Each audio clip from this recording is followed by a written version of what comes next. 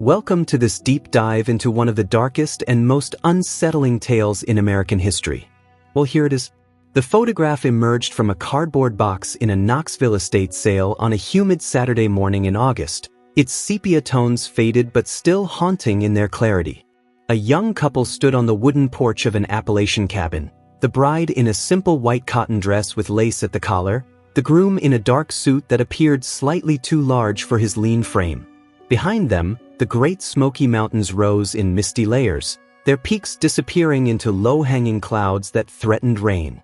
The cabin's weathered planks and the couple's stiff postures suggested this was no casual portrait but rather a formal documentation of an important moment. Sarah Mitchell, a local historian researching early 20th century Appalachian life, purchased the photograph for $3, drawn to the intensity in the young man's eyes and the almost imperceptible tension in his jaw. What Sarah could not know as she carried the photograph to her car that afternoon was that this single image would unravel a story spanning 3 generations, revealing secrets that had been carefully buried beneath decades of mountain silence. The photograph bore no names on its back, only a pencil notation in fading script that read, June 1909, Cades Cove.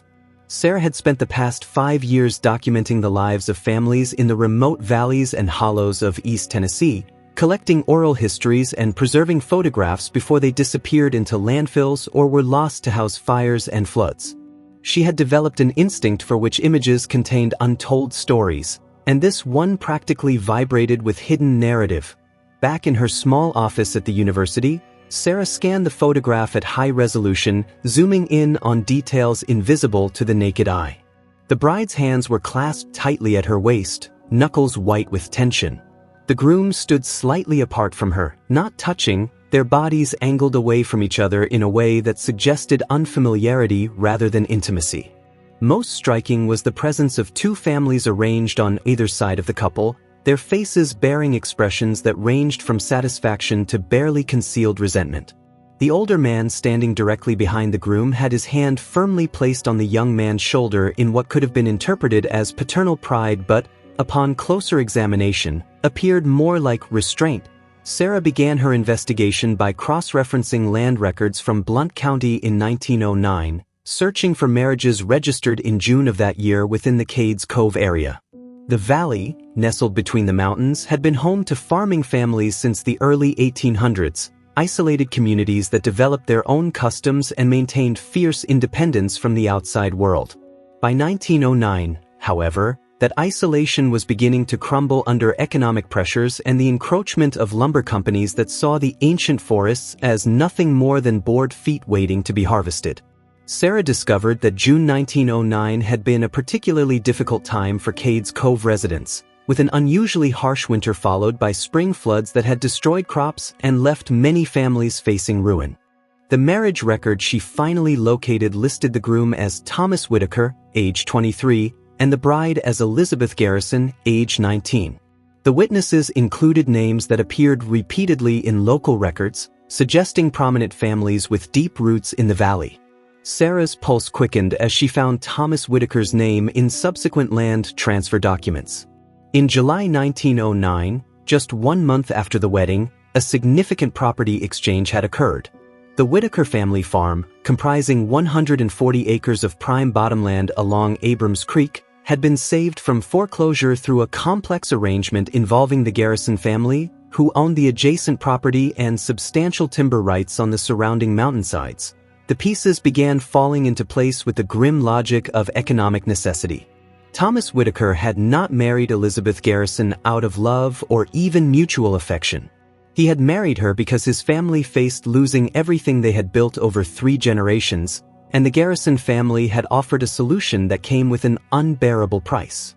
Sarah felt a chill despite the warm afternoon as she imagined the young man standing on that porch, dressed in borrowed finery, binding himself to a stranger to prevent his parents and younger siblings from being cast out into poverty. This was not a story of romance but rather one of sacrifice wrapped in the veneer of matrimony, a transaction disguised as a sacrament. Sarah needed to know more about Thomas Whitaker. She drove into the mountains the following week, winding her way along narrow roads that climbed through forests of oak and hickory, past small frame houses with tin roofs and front porches where elderly residents sat watching the world with patient eyes. In the small community of Townsend, she found the local historical society housed in a converted schoolhouse, its shelves crammed with genealogies and photograph albums maintained by volunteers who understood that mountain history lived in memory as much as in documents. An elderly woman named Martha Caldwell, whose family had lived in Cades Cove until the 1930s when the creation of the Great Smoky Mountains National Park forced residents to leave, remembered hearing stories about the Whitakers. Martha's hands trembled slightly as she paged through a leather-bound album containing photographs her grandmother had preserved. The images showed a community that had seemed timeless, families gathered for corn shuckings and barn raisings, children playing in creek beds, men with teams of mules working fields carved from the wilderness.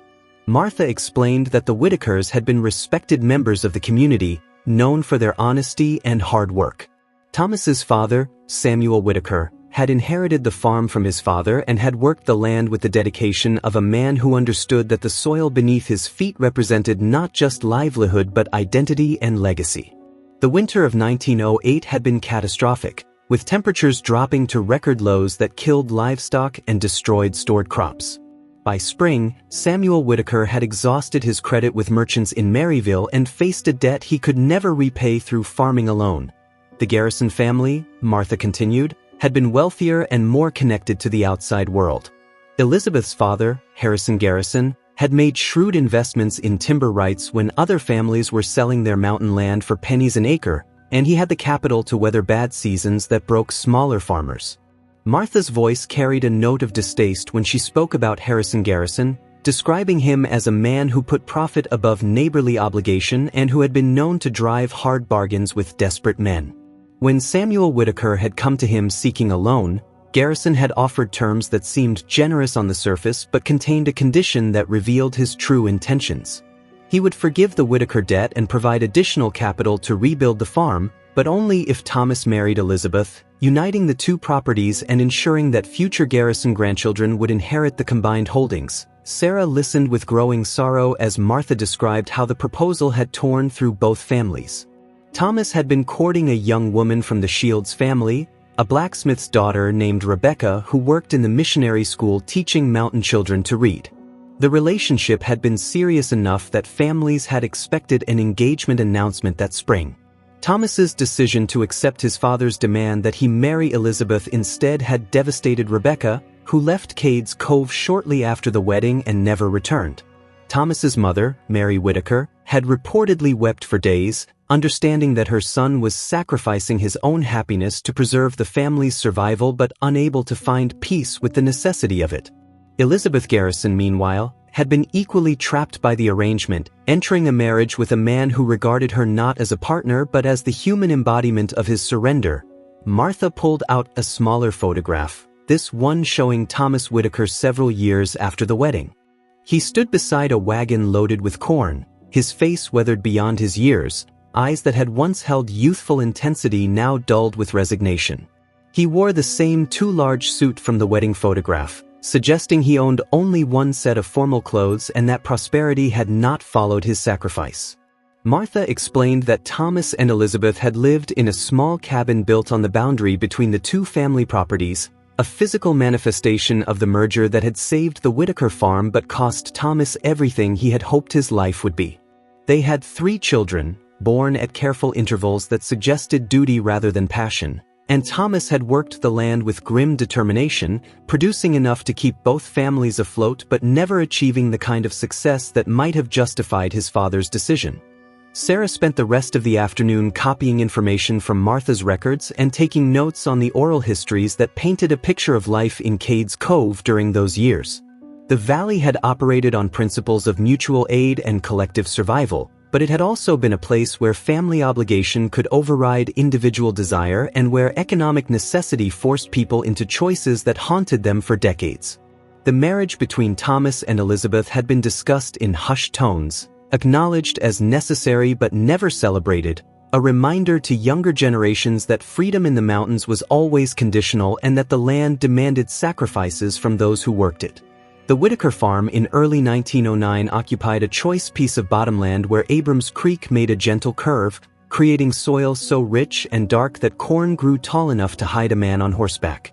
Samuel Whitaker's grandfather had claimed the land in 1822, clearing the forest by hand and building a cabin from chestnut logs that still stood solid 87 years later. The family had prospered through hard work and careful stewardship, adding acres gradually and building a reputation for producing the best apples in the valley. By 1909, the farm included orchards of Winesap and Grimes golden apples, fields of corn and tobacco, a dairy herd of 12 cows, and a spring house built over a cold stream that kept milk and butter fresh even in summer heat. This was the inheritance Thomas Whitaker had expected to receive eventually, the land he had worked since childhood and knew in the intimate way one knows a beloved face. The winter of 1908 descended on Cades Cove with unusual ferocity in late November, bringing snow that piled against cabin walls and temperatures that froze the creek solid for the first time in living memory. Samuel Whitaker lost 8 cows when the barn roof collapsed under the weight of ice, crushing animals that represented years of careful breeding and a substantial portion of the family's wealth. The remaining cows produced little milk in the extreme cold, and the family was forced to slaughter 2 more for meat to sustain them through the winter. Thomas spent those months in exhausting labor, cutting firewood, tending animals, and attempting to protect what remained of their resources while watching his father age visibly under the strain of impending financial collapse. Spring came late and brought flooding that turned fields into lakes and washed away topsoil it had taken decades to build. The apple trees, stressed by the harsh winter, produced a sparse crop that barely covered the cost of harvest. Samuel Whitaker sat at the kitchen table night after night, going through account books by lamplight, his face gray with stress as he calculated debts that grew faster than any crop could address. He owed money to the general store in Maryville, to the blacksmith who had shoed their mules and repaired equipment, to neighbors who had extended credit during the worst months. The total sum exceeded $3,000, an impossible amount for a family whose annual income in good years barely reached $1,000. The bank in Maryville held a mortgage on the property, and the banker had made it clear that patience had limits and that foreclosure proceedings would begin in June unless substantial payment was made. Thomas had watched his father's desperation deepen and had proposed every solution he could imagine. They could sell the apple orchard, though buyers were scarce in a time when many families faced similar difficulties. They could lease portions of the farm to other families, though that would reduce their own capacity to generate income. Thomas himself could seek work in the lumber camps that were beginning to operate in the higher elevations, though the wages were poor and the work dangerous. None of these options offered enough to solve the crisis, and Samuel Whitaker's pride prevented him from accepting charity from neighbors who had little enough themselves. It was Mary Whitaker who first mentioned Harrison Garrison's offer, speaking the words her husband had been avoiding for weeks. She had heard through networks of women who traded information while washing clothes in the creek and preserving food in communal work sessions that Garrison had expressed interest in consolidating landholdings in the valley. He had approached Samuel with a proposal that seemed generous on its surface, offering to pay off all Whitaker debts and provide additional capital for rebuilding the herd and repairing infrastructure. The cost was Thomas's marriage to Elizabeth, creating a family alliance that would unite 2 of the most substantial properties in Cades Cove and give Garrison influence over a larger portion of the valley's agricultural output. Thomas's first reaction had been immediate and absolute refusal. He was in love with Rebecca Shields, a slender young woman with quick intelligence and gentle humor who taught at the missionary school and dreamed of traveling beyond the mountains to see cities and oceans. They had been courting for 18 months, meeting after church services and at community gatherings, taking long walks along creek paths where they shared hopes and ambitions. Rebecca encouraged Thomas's interest in reading and brought him books borrowed from the school library, introducing him to worlds beyond Cades Cove. They had talked seriously about marriage, planning a future where they would work the farm together and raise children who might have opportunities neither of them had known. The conversation between Thomas and his father had taken place in the barn on a cold April evening, surrounded by the smell of hay and manure, their breath visible in the chill air. Samuel Whitaker had spoken with the broken voice of a man who understood he was asking something unforgivable but saw no alternative. He explained that Harrison Garrison's offer represented the only path to keeping the land, preserving what 3 generations had built, and ensuring Thomas's younger siblings had a future that didn't involve scattering to distant cities to work in factories or mines. Samuel acknowledged the cruelty of asking Thomas to abandon Rebecca and marry a stranger, admitted that no father should have to make such a request, but laid out the mathematics of survival with pitiless clarity. Thomas had spent the following weeks in agony, caught between competing obligations. He met Rebecca in secret, holding her in the shadows behind the schoolhouse, trying to explain a situation that had no explanation that didn't sound like betrayal. Rebecca had listened with tears streaming down her face, understanding intellectually why Thomas felt trapped but unable to accept emotionally that their future was being traded for property and security. She had asked if his love for her meant nothing, if he could simply discard what they had built together because his father demanded it. Thomas had no answer that satisfied either of them, no words that could reconcile duty to family with commitment to the woman he loved. The pressure came from all directions. Samuel Whitaker grew more desperate as the June deadline approached, his health deteriorating visibly under the stress. Mary Whitaker pleaded with Thomas to understand that his younger brother and 2 sisters depended on the farm surviving, that their futures hung in the balance of his decision. Neighbors began to whisper, dividing into camps that either sympathized with Thomas's impossible position or judged him for hesitating to do what was necessary. Harrison Garrison, sensing weakness, began to suggest that his offer had an expiration date and that other opportunities existed for deploying his capital. The entire community seemed to hold its breath, waiting to see if Thomas Whitaker would sacrifice himself to preserve his family's place in the valley. Elizabeth Garrison remained a cipher throughout these negotiations, rarely seen and never consulted about her own wishes in the matter. Thomas had encountered her only a few times over the years, knew her as a quiet young woman who attended church services with her family and helped her mother with household tasks. She was considered pretty in a conventional way, with dark hair and regular features, but Thomas had never exchanged more than polite greetings with her. The idea of building a life with someone he didn't know, sharing intimacy with a stranger, filled him with a dread that went beyond simple reluctance. He tried to imagine decades stretching ahead in a marriage built on transaction rather than affection, nights lying beside someone he had been forced to accept, children born from obligation rather than desired. In late May, Thomas made a final desperate attempt to find another solution. He traveled to Knoxville, riding 2 days to reach the city, seeking work that might pay enough to address his family's debt. He spent a week inquiring at factories and warehouses, offering himself for any labor no matter how difficult or dangerous. The wages he was offered, while better than what he could earn in Cades Cove, fell far short of what was needed, and employers were uninterested in advancing money to a stranger with no urban experience. Thomas returned home exhausted and defeated, knowing that his trip had accomplished nothing except delaying the inevitable decision. The final conversation happened on a Sunday evening after church. The family gathered in the main room of their cabin while rain drummed steadily on the roof.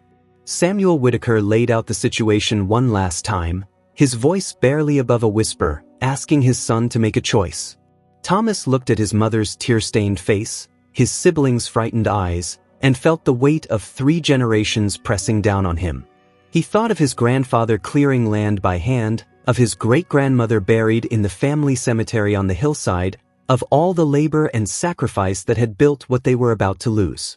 He thought of Rebecca and felt something break inside him, a clean snap like a tree branch giving way under too much weight. Thomas spoke 3 words that sealed his fate and saved his family. He said yes to the marriage, yes to Harrison Garrison's terms, yes to a future he didn't want but would endure because refusing meant watching everything his family had built disappear into someone else's possession. Samuel Whitaker wept openly, not from relief but from the knowledge of what his son's agreement had cost. Mary Whitaker embraced Thomas, whispering apologies he could barely hear over the sound of his own heart breaking. The decision was made, and there was no retreating from it, no way to undo what had been set in motion. The announcement was made the following day, and arrangements proceeded with grim efficiency.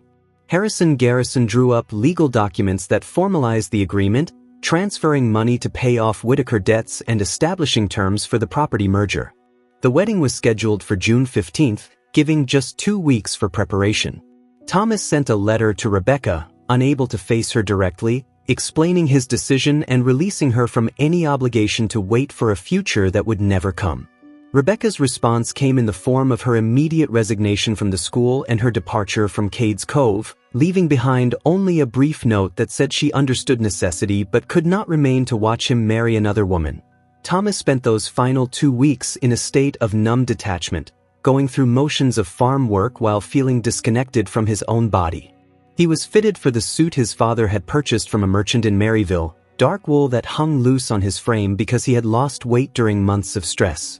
He met Elizabeth Garrison exactly twice before the wedding, stiff formal encounters in the presence of both families where they exchanged pleasantries and avoided eye contact. Elizabeth appeared as uncomfortable as Thomas felt, suggesting she too had been given little choice in the arrangement, but they never discussed their situations directly, maintaining a polite distance that would characterize their relationship for years to come. The night before the wedding, Thomas walked alone to the cemetery where his grandparents were buried, standing among the simple stone markers and trying to find some meaning in what was about to happen. He wanted to believe that sacrifice for family was noble, that duty to previous generations justified his surrender of personal happiness. Instead, he felt only emptiness, a hollow space where his dreams of a different life had been. He returned to the cabin as dawn broke over the mountains, dressed in the uncomfortable suit, and prepared to walk toward a future he had not chosen but would now inhabit for the rest of his life. June 15, 1909, dawned clear and warm, the kind of perfect mountain morning that should have been an omen of joy but instead felt like mockery. Thomas Whitaker woke before sunrise in the small room he shared with his younger brother, staring at the ceiling beams his grandfather had hewn from chestnut logs and listening to mockingbirds announce the new day. He had not slept more than a few hours, his mind circling endlessly through memories of Rebecca and fantasies of escape that he knew he would never pursue. His brother, 14-year-old Daniel, pretended to sleep but occasionally opened his eyes to watch Thomas with an expression mixing gratitude and guilt, understanding that his own future opportunities were being purchased with his older brother's sacrifice. The cabin filled with activity as the sun rose higher. Mary Whitaker had been cooking for days, preparing food for the gathering that would follow the ceremony. Mountain tradition demanded that weddings be celebrated with communal meals, music, and dancing, regardless of the circumstances that had brought the couple together. The cabin's main room had been scrubbed clean, furniture moved to create space, and borrowed chairs arranged for elderly guests who couldn't stand through the ceremony. Wildflowers gathered from mountain meadows decorated the rough-hewn tables, their bright colors seeming incongruous against the somber mood that hung over the preparations. Thomas dressed slowly, his hands clumsy with the unfamiliar collar and tie. Samuel Whitaker entered the room and stood silently, watching his son transform into a bridegroom. No words passed between them. Everything that could be said had been said in the weeks leading to this moment. Samuel's face showed the toll of months of worry, new lines etched deeply around his eyes and mouth, his hair seeming to have gone grayer overnight. He placed a hand briefly on Thomas's shoulder, a gesture meant to convey support or apology or both, then left without speaking. Thomas finished dressing alone, examining himself in the small mirror his mother had hung on the wall, barely recognizing the hollow-eyed young man staring back. The ceremony was scheduled for mid-morning at the Whitaker cabin, following mountain custom that weddings should take place in the home of the groom's family. A traveling preacher named Reverend Sullivan, who made circuits through the isolated communities performing religious services and ceremonies, had arrived the previous evening and spent the night at the Garrison household. He was a thin man with intense eyes and a reputation for fire and brimstone sermons that had terrified generations of mountain children into temporary good behavior. This morning, however, his demeanor was subdued, suggesting he understood this wedding was a matter of necessity rather than celebration. Guests began arriving mid-morning, families traveling from across Cades Cove and from neighboring valleys, dressed in their Sunday best and carrying covered dishes to contribute to the communal meal. The gathering was substantial, reflecting both families' prominence in the community and the curiosity that surrounded this unusual union.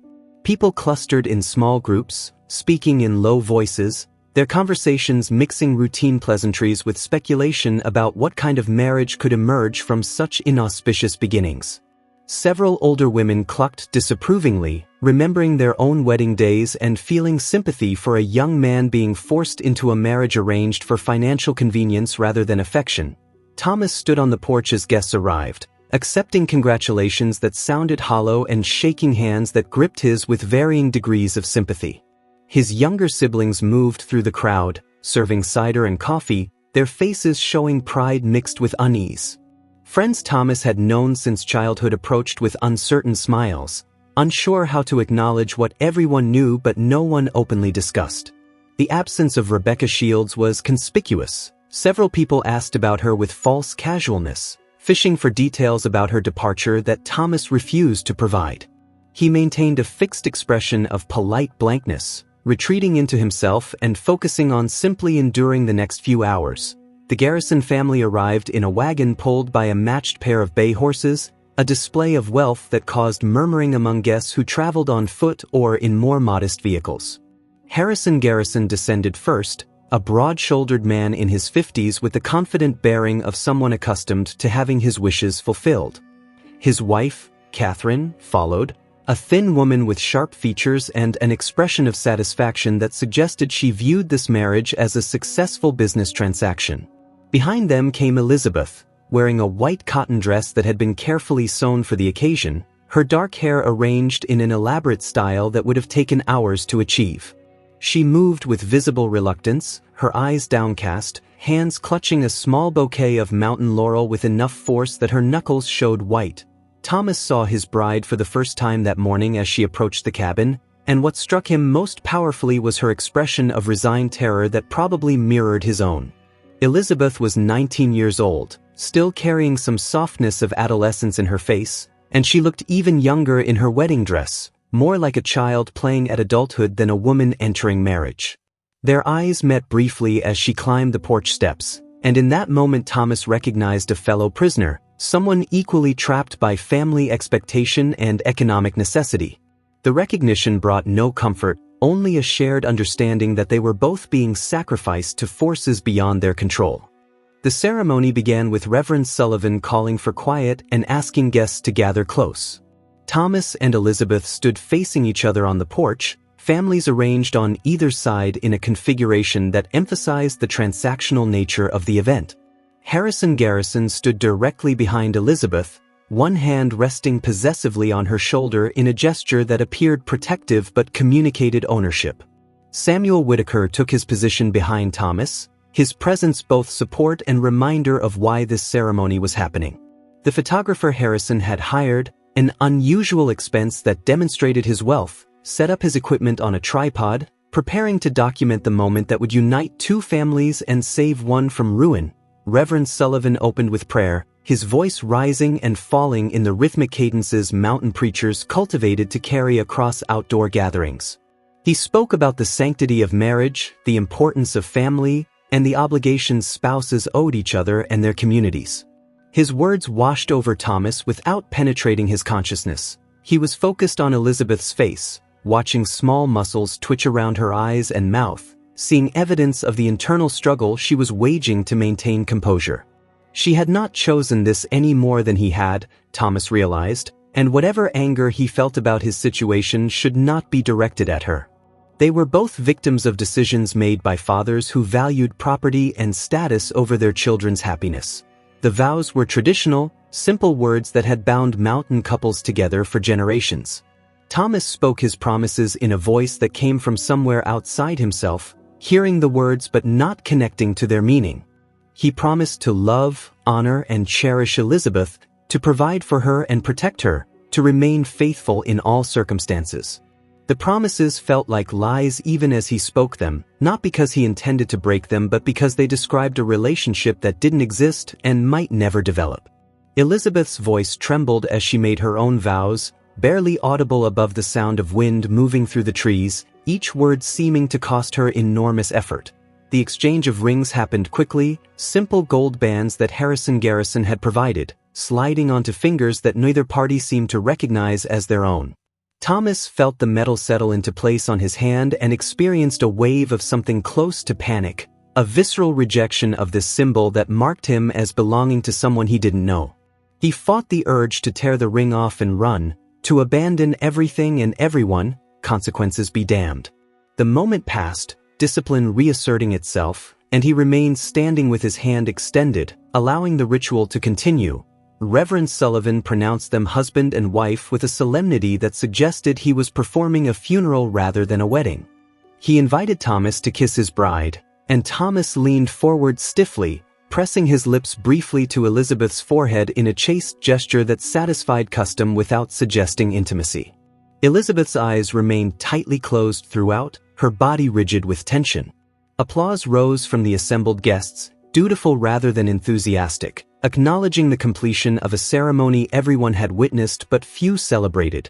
The photographer moved forward, directing the wedding party into position for the formal portrait. Thomas and Elizabeth stood on the porch with mountains rising behind them, families arranged on either side, the composition carefully constructed to suggest unity and celebration. The photographer ducked under the black cloth covering his camera, making adjustments to capture the scene in the soft morning light. He emerged and instructed everyone to remain still, holding their positions while the long exposure captured their images on glass plates that would be developed later and printed on photographic paper. Thomas stood motionless, aware of his father's hand heavy on his shoulder, feeling Elizabeth's presence beside him like a living reproach, wondering what future viewers of this photograph would see when they looked at his face. The photograph session ended, and guests moved toward the tables laden with food, the social pressure to celebrate overcoming the awkward reality of what they had just witnessed. Musicians tuned their instruments, fiddle and banjo and guitar preparing to play the reels and ballads that accompanied every mountain gathering. Women began serving food, heaping plates with fried chicken, cornbread, green beans cooked with bacon, and apple pie made from Whitaker fruit. The feast represented not just celebration but communal support, families contributing what they could spare in recognition of the Whitakers' difficult circumstances, though everyone understood that no amount of food could compensate for what Thomas had surrendered. Thomas and Elizabeth sat together at the head table, maintaining proper distance even as tradition demanded they present a united front. They exchanged only the minimum necessary words, polite inquiries about food and weather that avoided any meaningful communication. Thomas found himself studying Elizabeth covertly, noticing details he had missed in their brief previous encounters.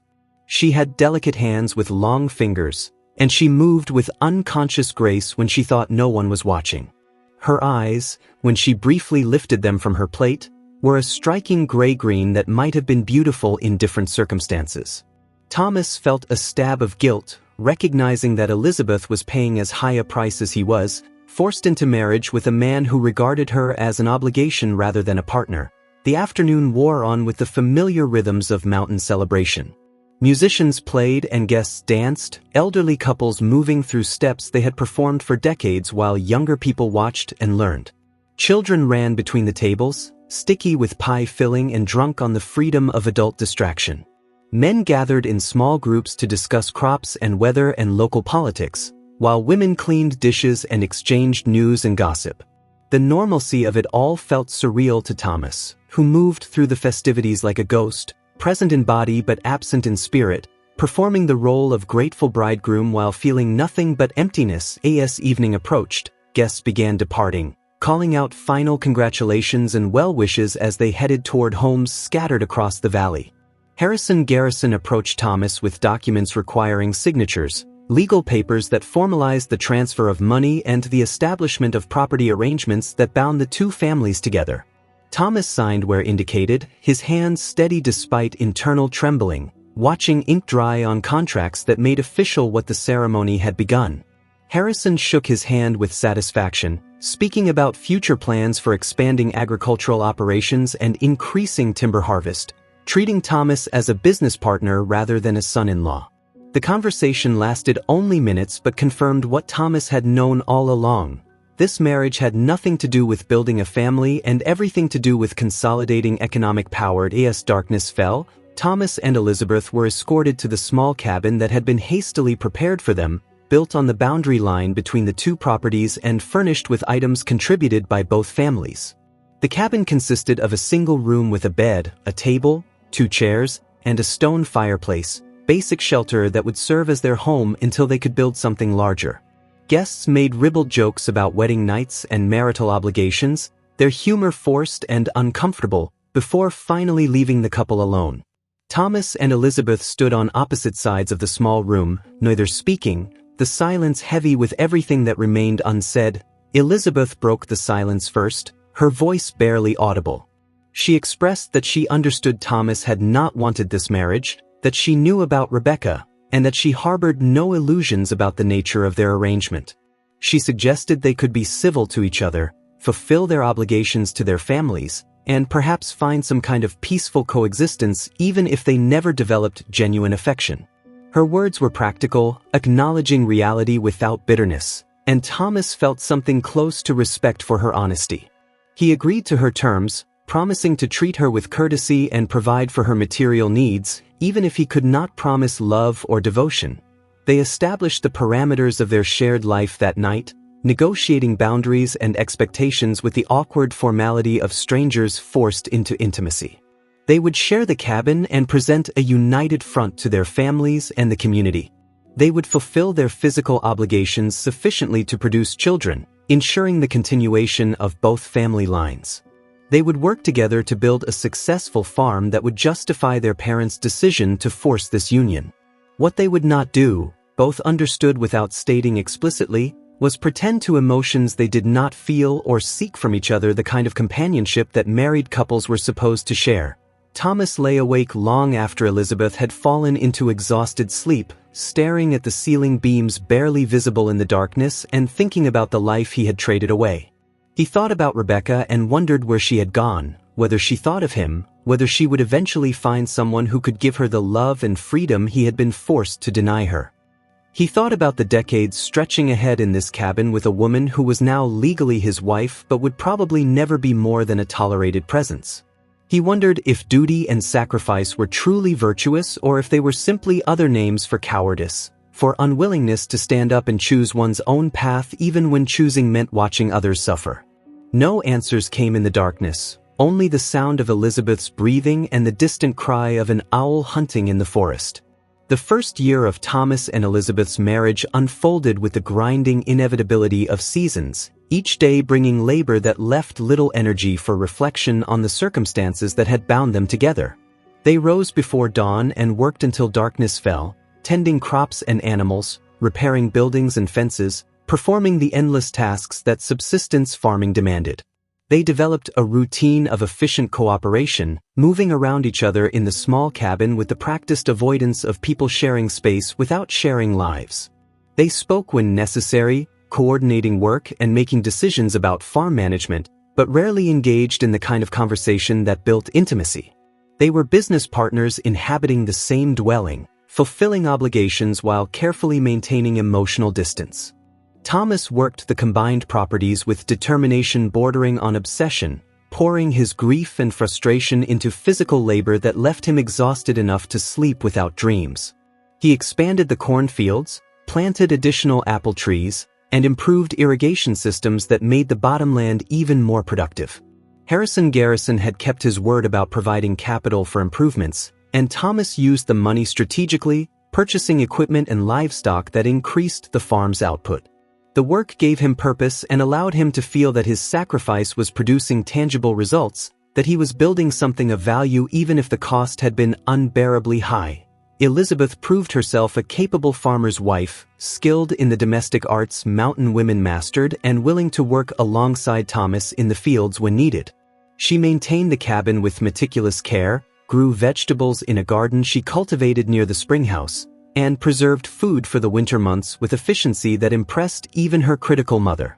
She had her own grief to manage, having surrendered whatever dreams she had harbored about marriage and family, but she expressed it through silence and stoic endurance rather than complaint.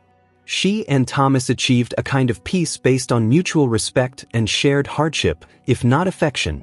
The birth of their first child in June 1910, exactly 1 year after the wedding, brought changes neither had anticipated. The baby girl, named Mary after Thomas's mother, arrived in the small cabin with assistance from midwives who had delivered generations of Cades Cove children.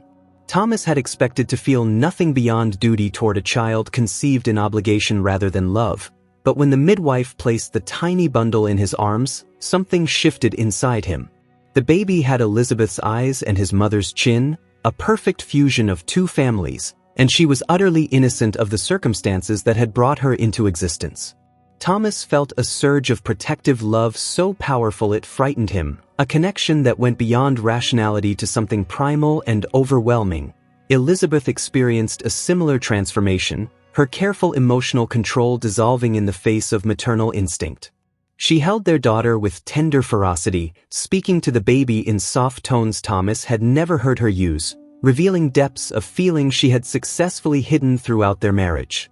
The baby became a bridge between them, creating a shared purpose that transcended their forced union.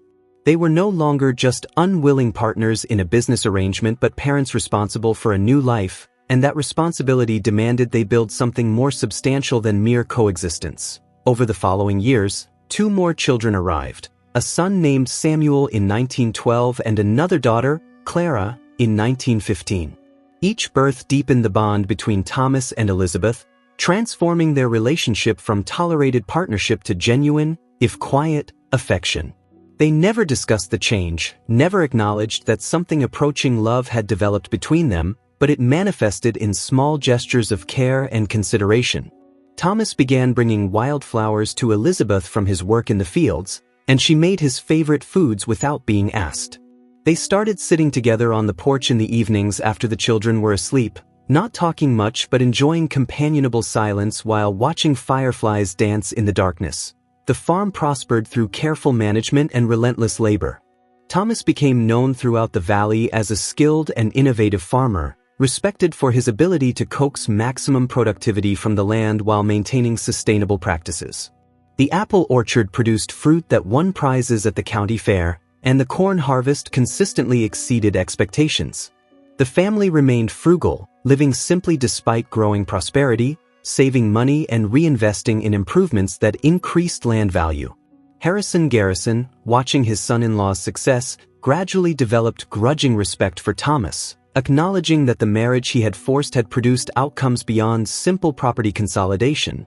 But the transformation in Thomas and Elizabeth's relationship, while genuine, could not erase the foundational trauma of how they had been brought together.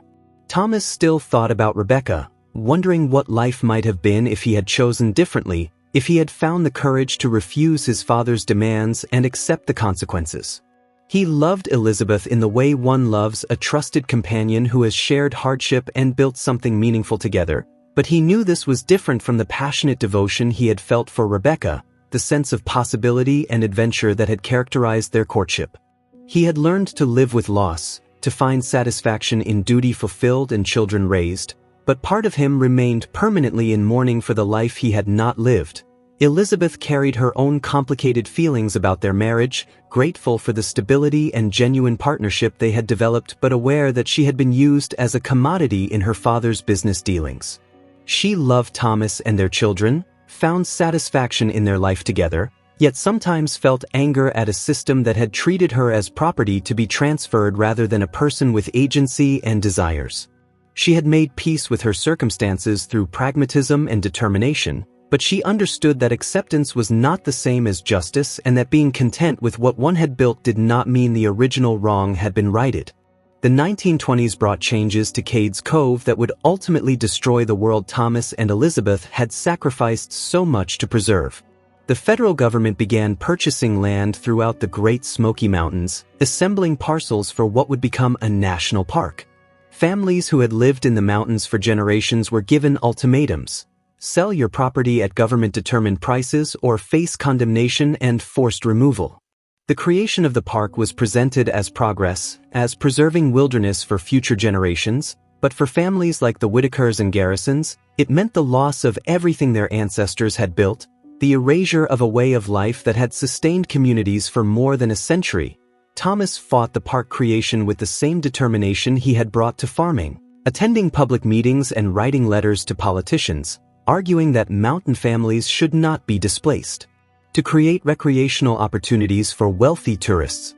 His arguments fell on deaf ears. The momentum behind the park was unstoppable, driven by preservationists and business interests who saw economic opportunity in tourism. One by one, families sold their land or had it condemned, packing belongings and leaving homes that held generations of memories. The Whitaker and Garrison properties were among the last to be acquired, Thomas holding out until 1934 when the legal and financial pressures became overwhelming. The day Thomas and Elizabeth left Cades Cove, loading their possessions onto a truck and taking one final look at the cabin where they had built their life together, was among the most bitter of Thomas's existence. He had surrendered his chance at happiness with Rebecca to save this land, had worked it for 25 years with dedication and love, had raised children on soil his grandfather had cleared. Now it was being taken regardless, his sacrifice rendered meaningless by forces beyond his control or understanding. He felt betrayed not just by the government but by fate itself, by the cosmic joke that had demanded everything from him and then taken it anyway. The family relocated to Maryville, purchasing a small house on the outskirts of town with money from the government land sale.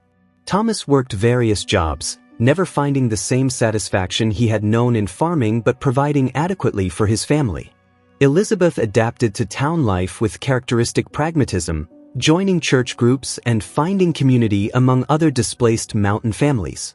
Their children, now adults or nearly so, pursued opportunities their parents had not known, attending school and entering professions that would have been impossible in Cades Cove.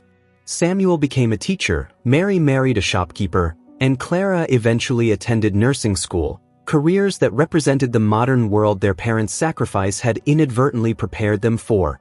Thomas died in 1957 at the age of 71, having lived long enough to see Cades Cove transformed into a tourist destination where visitors drove through on a paved loop road, stopping to photograph historic cabins and churches while remaining ignorant of the complex human stories those buildings represented. Elizabeth survived him by 14 years, dying in 1971 at 81, having never returned to the valley after leaving in 1934, finding the memories too painful to revisit even decades later. They were buried together in a cemetery in Maryville, their shared headstone bearing their names and dates and a simple inscription that read, "Faithful Partners," which captured some truth about their relationship while leaving unspoken the complicated origins that had defined their lives. Sarah Mitchell's investigation into the wedding photograph eventually led her to Thomas and Elizabeth's granddaughter, a woman named Patricia Whitaker Carson who lived in Atlanta and had maintained family records and photographs her mother had preserved. Patricia, now in her 60s, had heard stories about her grandparents from her mother Mary, tales that painted a picture of a marriage complicated by economic necessity but ultimately successful in building family and legacy. Patricia had the wedding photograph in an album along with other images documenting the Whitaker family history, and she shared them with Sarah along with letters and documents that filled in details of the story. Patricia explained that her mother had learned about the circumstances of her parents' marriage only as an adult, Thomas and Elizabeth having carefully shielded their children from knowledge of how their union had begun. Mary had been shocked to discover that her father had been in love with another woman and had married her mother under duress, but she had also recognized that Thomas and Elizabeth had built a genuine partnership and that their children had been raised in a home characterized by stability and quiet affection. Mary had struggled to reconcile the forced nature of her parents' marriage with the obvious love they had developed, eventually concluding that people could create meaning and connection even from circumstances they had not chosen. What Patricia found most fascinating about her grandparents' story was how it challenged simple narratives about love and marriage, duty and desire, sacrifice and selfishness. Thomas had done what his culture and family demanded, surrendering personal happiness for collective survival, and that sacrifice had produced a family that had ultimately thrived despite its inauspicious origins.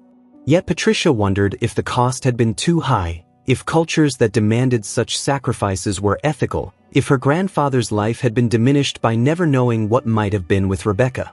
She had searched for information about Rebecca Shields but had found only fragmentary records showing she had moved to Knoxville, worked as a teacher, and never married, dying in 1942 at the age of 52, suggesting that she too had paid a price for economic arrangements that treated people as components in property transactions.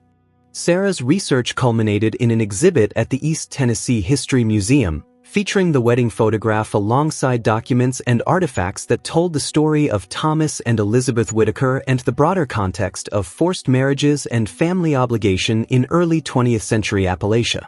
The exhibit drew substantial attention, sparking conversations about how economic systems have always impacted personal relationships and how contemporary marriage practices evolved from traditions that often prioritized property over love.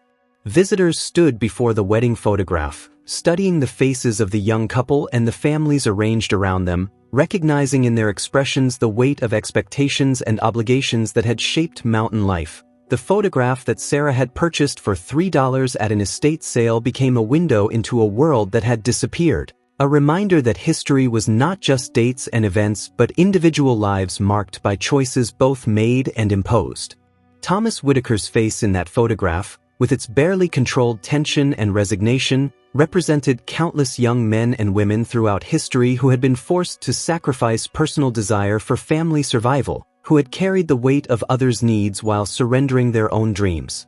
His story was specific to Cades Cove and the Appalachian Mountains, rooted in a particular place and time, but it resonated universally because the tension between individual freedom and collective obligation had always been fundamental to human existence. Sarah concluded her research with mixed feelings, satisfied that she had recovered an important story but troubled by the human cost it revealed. She thought about Thomas standing on that porch in June 1909, dressed in an ill-fitting suit and preparing to bind himself to a stranger, and she felt across the decades a connection to his pain and resignation. She thought about Elizabeth, equally trapped, entering a marriage she had not chosen and making the best of circumstances she could not control. She thought about Rebecca, whose life had been altered by decisions men made about property and obligation, who had loved and lost through no fault of her own. The story of Thomas and Elizabeth Whitaker did not offer easy lessons or comfortable morals. It was a story about the complex ways economic necessity shaped personal lives, about the costs of survival in unforgiving circumstances, about the possibility of finding meaning and connection even in situations one did not choose. It was a story about sacrifice that was both noble and tragic, about duty that preserved families while destroying individuals, about the weight of history and land and obligation that mountain people carried in their bones. Most fundamentally, it was a story about two people who had been forced together by circumstances beyond their control and who had somehow managed to build something real from that unpromising beginning, not because they had wanted to but because they had no other choice except to endure. The wedding photograph remained in the museum's collection, a silent testament to a moment when two young people stood on a porch with mountains rising behind them, families surrounding them, and futures stretching ahead that neither had chosen but both would inhabit. Visitors continued to pause before it, drawn by something in the couple's faces, some recognition of shared human experience that transcended time and place. The photograph had seemed like a sweet keepsake when Sarah first discovered it, just another image from the past. But like all truly significant historical artifacts, it had revealed layers of meaning and complexity that transformed it into something far more powerful, evidence that behind every old photograph lay stories of joy and sorrow, hope and resignation, choices made and surrendered, lives lived in the constant negotiation between what we want and what we must do to survive. To uncover more stories that reveal the hidden secrets and forgotten mysteries of the past, leave a like if this deep investigation kept you hooked until the end. I invite you to subscribe to the channel. Did you know that 80% of people who watch aren't subscribed and end up missing incredible stories? It costs nothing. Oh, and tell us in the comments where you're watching from and share other dark tales that, in your opinion, deserve to be explored here on the channel. See you soon.